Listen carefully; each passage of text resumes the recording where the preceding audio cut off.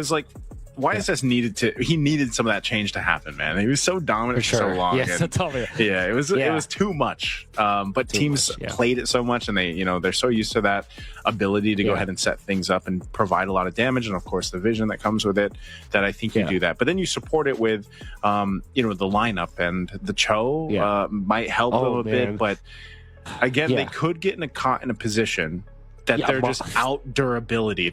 I don't know if that's an actual term, but especially if this Edith gets locked in, man, like they have so much. But they also have a Valentina. So that burst that comes with a Farsa just goes over to Team Spirit.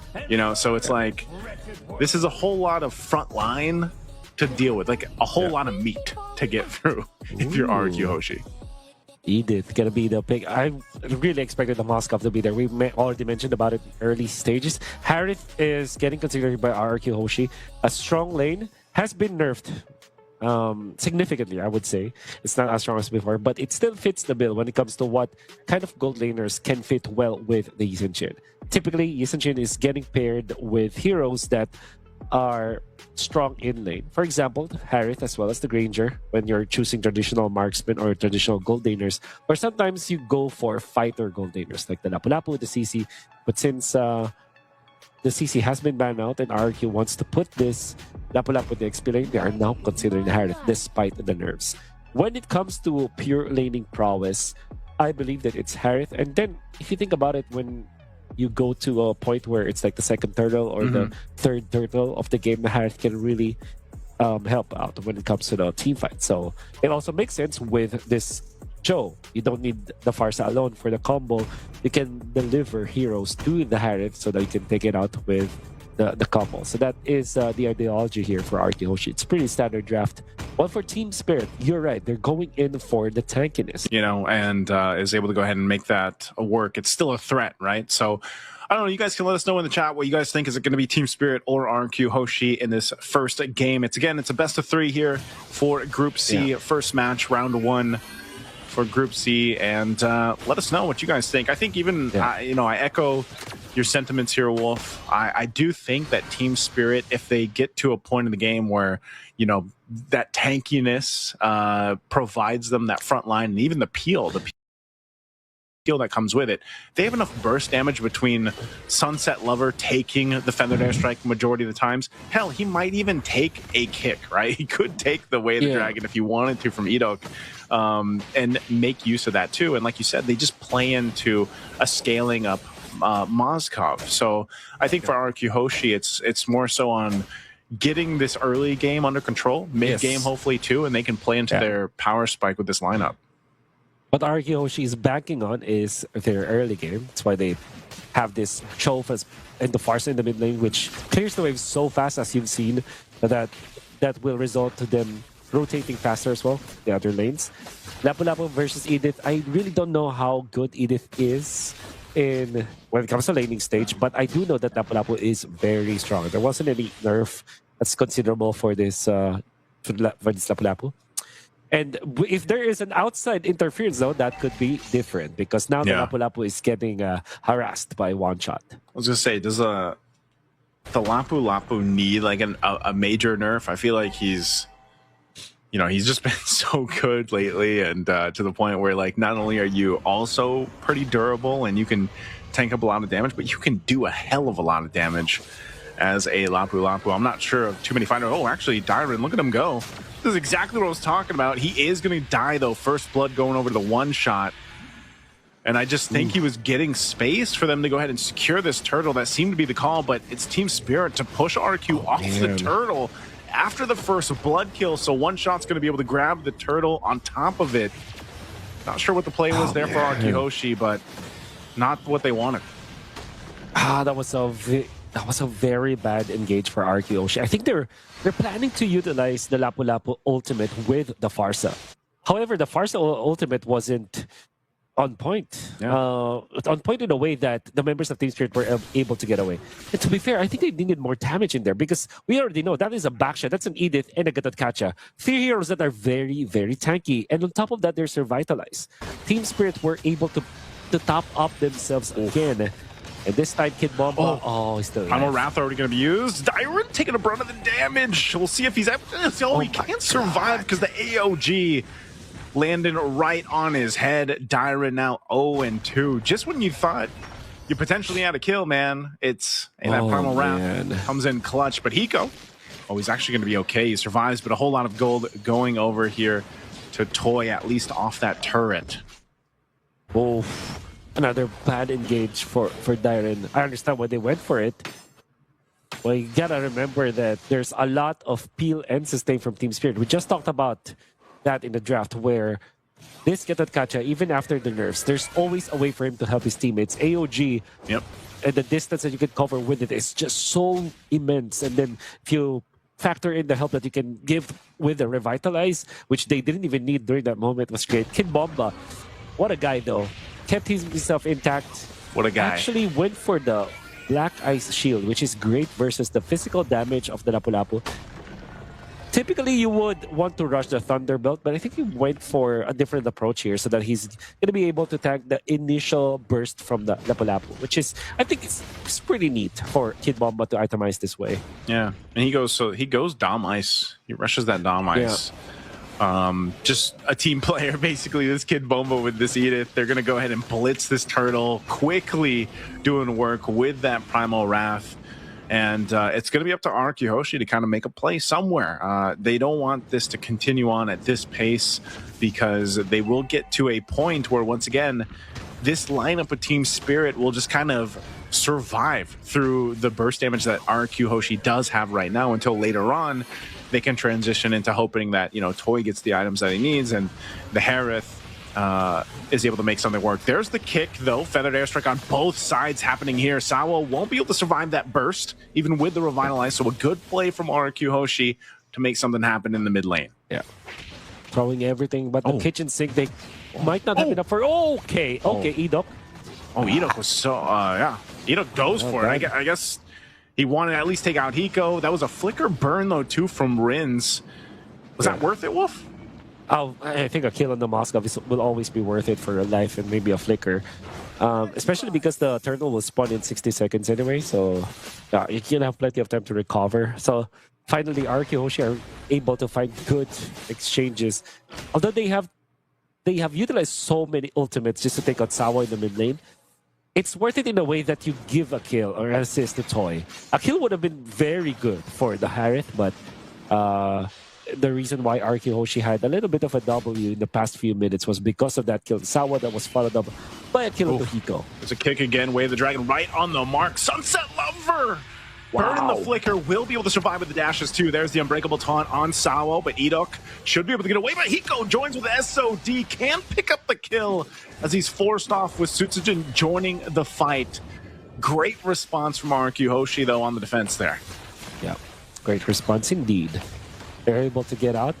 They're also burning some of the important flickers out there. I think that was unnecessary for Hiko, but the fact that he avoided the hand for a little bit maybe could be the saving grace for that. Kashi was able to get some minions as well.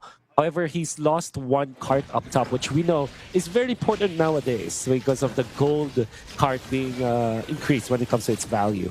Okay, fight for the turtle. Breaking out here. Feathered airstrike drop down on Sawa. Sawa popping the Revitalize. They'll toss in the air Dyron as he falls again. They're going to trade it right now for Sawa to fall down. Now one shot, under half health. He's riding around. Kid Bomba able to find a 2 on the knockup. Throwing rings into the air as a kill is picked up. 2 down for RRQ Hoshi. The 1-for-2 trade with the turtle is going to go in the hands of Team Spirit. A hard-fought battle for that last turtle.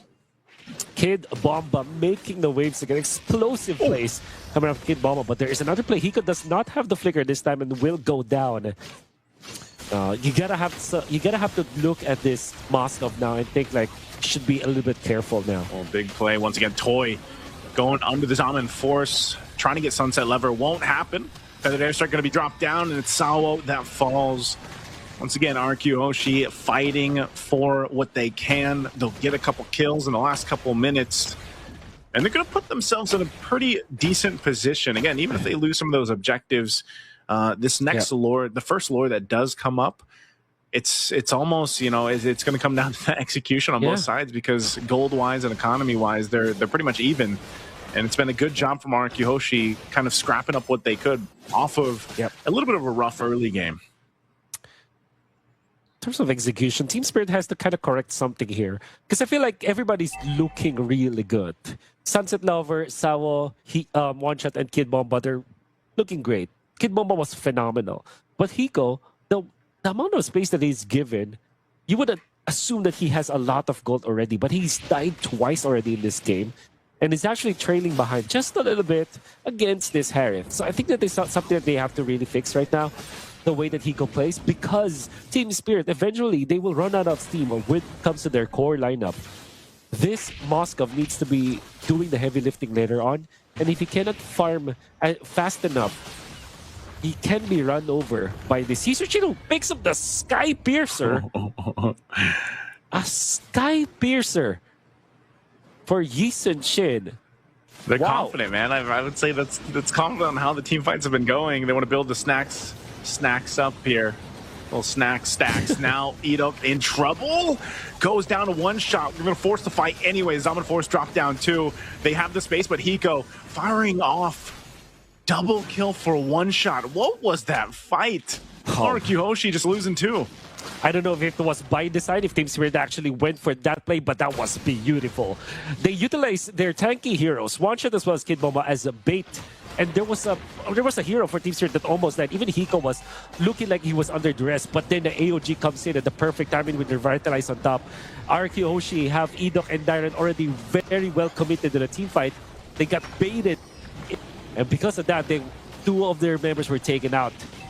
Sutsujin, you gotta make this Sky Piercer work, because I think they were not in a position at all to pick up that Sky Piercer. Yeah, very interesting. Oh, SOD dropped out. TS just wants to hold down the mid lane. They're going to force the fight anyway. And AOG won't be able to catch anyone from Sawo. RRQ Hoshi had enough space, so looked like a potential fight. Doesn't break out. Team Spirit, though, they'll go ahead and just recalibrate with the kick again. Coming through, and it's right on target as Hiko falls down. You were just mentioning this. One of the things that TS might have to fix is Hiko's positioning. Now Sawo once again in the mid lane. They're going to go ahead and force the fight again. Revitalize is going to be dropped down. Sunset Lover holding on to his own way. The Dragon, but he has no space to work with to get a kick off himself. A Feathered Airstrike dropped down to Sawo. A little bit of health. He'll get out. The Lord, though, is still working its way up to that tier 2 turret. I'm not sure if TS is going to be able to get much off of this. They do want to join this side of the map, though, to at least get that charge in, potentially get the tier 2, but this is a flying cloud map, so the reinforcements come quick, but the turret will go down. I see the difference for Team Spirit when they don't have Hiko. There's no one to kind of finish off the kills. Yep. But my oh my, the 4 members of Team Spirit are looking good. Oh no! Mention Hiko, man, and he dies again. God. Double kill for Sutsujin. He's making the Sky Piercer work now. 2 stacks there for him. Sawo and Hiko, man. It's gotta give it up to Edok. His target acquisition on these kicks have been phenomenal. Yeah. On the one hand, it's Hiko just playing, positioning himself badly, and on the other, Edok just finding the openings. So far, the deaths that Hiko have accumulated were all done in the river area around the mid lane. So he has to really get out of that zone. And you would think, like, if you're playing the Moskov now, you should be hitting minions. You should not be in the middle. You should be waiting for your ultimate. There were so many stuns and control from the other members of Team Spirit, so you can guarantee your SOD to land. This is not how you should be playing the Moskov. And right now, he's what, 1 and 4. Has a Trinity. So he can actually hit hard, but has it tips. What's that stand for again? For anyone wondering, that's a 3-item power spike, TIPS. Power spike. He's got the tips. But now, you know, Hiko's got to use... he's got to use his positioning in his favor, though, Wolf. I mean, for the most part, like, I get it. You know, you're on this Moskov. If you have the flicker, that's one thing. But if it's down, there's a lot of kind of awareness that he needs dealing with Edok's Cho. And like I said, that's been a big part where his positioning needs to be what they have to kind of fix here. This Lord is up. Team Spirit looks like they're just going to go ahead and blitz it, though. They see the positioning from RRQ, so this might be an opening for TS to go ahead and take another Lord, but they might break out into a fight. RRQ's way too late for the fight, but they might jump in anyway. Sawo taking the brunt of the damage. He'll AOG out. Team Spirit gives the call to just disengage and get ready to reset with this Lord. They got a flicker from Hiko. That's how shaken Hiko is, man. He used the flicker there. That's how you know that Ford that's got into his head right now. Unfortunately, he gets out to safety. Team Spirit wants to fight this once again. Well, they do have the Lord advantage, so it's going to be recommended for them to team fight. It's going to be tricky, though, because they don't have the flicker on Hiko now. But all other battle spells are ready for them. Yeah, this is the problem, though, man. Without the flicker, like I was saying, and obviously he's still working on, I believe, his 4th item. I'm not sure if he's going to go get the Wind of Nature next, but the fact that Edok has his, he can choose to be aggressive in this. And, they have the information that Hiko is a target to go for. So they're going to clear out this Lord once again. That tier 1 in the mid does fall down, though. So TS making slow work on this map. One shot, driving on forward. He's going to go for Toy. Oh, Sunset Lover. I'm not sure if that's where he wanted to put the Feathered Airstrike. Finding one. There's the return from Rins. They'll go ahead and clear out the Lord, but that looks like that might be it. Once again, Team Spirit with 2 Lords. Not too much on the map that they get here. Some mistakes from Team Spirit, but it's not that costly. They should be pushing this mid lane, though, but the defense from RRQ Hoshi is just way too good. Farsa, Lapu-Lapu in there, Sutsujin as well. Gonna be fending off the mid lane push. To be fair, even when Team Spirit is leading by a lot in the first 12 minutes of the game, RRQ Hoshi have found their way to get back into this game. In fact, they are leading by 300 gold, which, given their situation from before, this is very much workable. Sutsujin is 4-0-3. This is a player that picked up the Sky Piercer for this season chill. Let's see if this works. I'm going to go ahead and take the purple buff here, or try to anyway, and it looks like they did. Sutsujin doesn't have that, an SOD thrown out just to keep him in check.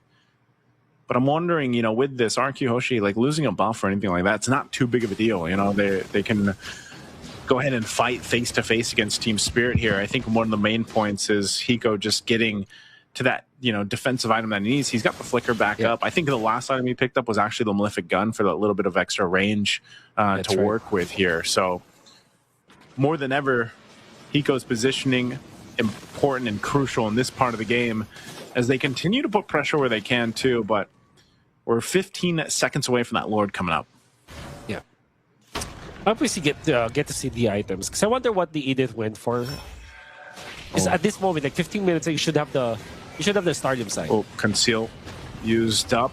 Edok not holding on to that kick for now.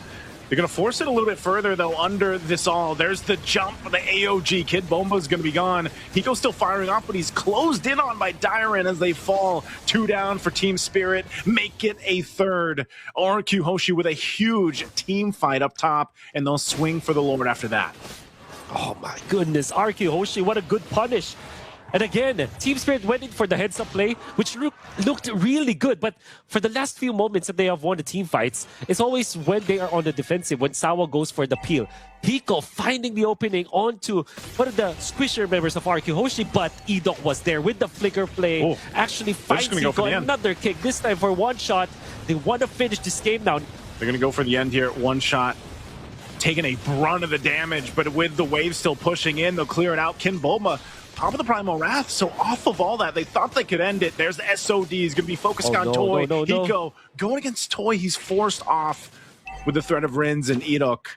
A jump from Sawo, just trying to catch him, but hey, RRQ Hoshi, after all, when they thought they could end it, they get the base turret up top, and now they have an opening to get the Lord if they can. Go ahead and start it up, but 1 shot will be up in 15. Clock of Destiny. Wow. Clock of Destiny for Kid Bomba. Usually the Starlium site is the priority, but we'll see. There's the kick. Sawo pops the Revitalize. They're just trying to stall out this Lord take from RRQ. I'm not sure if 1 shot's going to be able to get here in time. It does go for a little bit of a reset. Under half health on the Lord, and RRQ has to back off. 1 shot will join this fight quickly with the Flying Cloud, plus being on this Baksha here. So back to the Lord. It's reset Some ultimates down here for RRQ Hoshi. Some key ones, the feathered airstrike and the kick for Edok. That way the dragon. So they're just going to go ahead and face off here for this one. Hiko, the lack of Purify, going in for the flicker, you would understand why it was the case up against the members of RRQ Hoshi. Some people even argue that it's good versus the Cho, but Hiko with his positioning really would have that Purify. Right now, the real king for RRQ Hoshi is Sutsujin, 6-0 and 5, controlling the Lord as well. Half health here on the Lord here. They wanted to try to make a play on Hiko, but it was spotted out with the sentry. Now, once again, it'll be Sutsujin that starts up this Lord, but now that all the ultimates are available, plus those battle spells, RRQ Hoshi might just potentially go for a pick if they can find it, if they find an actual opportunity just to get that numbers advantage. Because they don't want to just full force themselves into a fight around this Lord, especially now that it's evolved. Again, with the lineup being this, tankier lineup that Team Spirit has. Once again, their own version of this rumble, this dance will break through. Hiko's want to be careful with here. That conceals was used. Sao now, seeing that half health again for the reset, just facing off in a stalemate around this Lord. One shot trying to help Sao out. He pops the Revitalize, so a battle spell going to be down as they'll clear out that wave, but still, it's a standstill, Wolf. Long Lord dance here for RRQ Hoshi Team Spirit. Team Spirit have found their opening to put this Lord into half. Oh, I think they're going to go for it. Diamond jumps in. He's going to get the stun out, too. This is going to break out for the Lord. Who's it going to go to? It goes over to Rins. RRQ Hoshi securing the Lord. 3 down, double kill. Sutsujin already 8-0 and 5. Swaps into an immortality, and they know Hiko and Sunset Lover left alone with an evolved Lord marching up that top side with the full force of RRQ Hoshi. They see this win in sight. Sunset Lover trying to delay that wave as Almond Force dropped down. He flickers defensively. Hiko trying to clear the wave desperately here, but he's forced off with the feathered airstrike. And RRQ Hoshi, that's going to be it. They see game 1, and they'll take it in 20 minutes. Unfortunately for Team Spirit, they have blown off the lead that they've had. A commanding lead.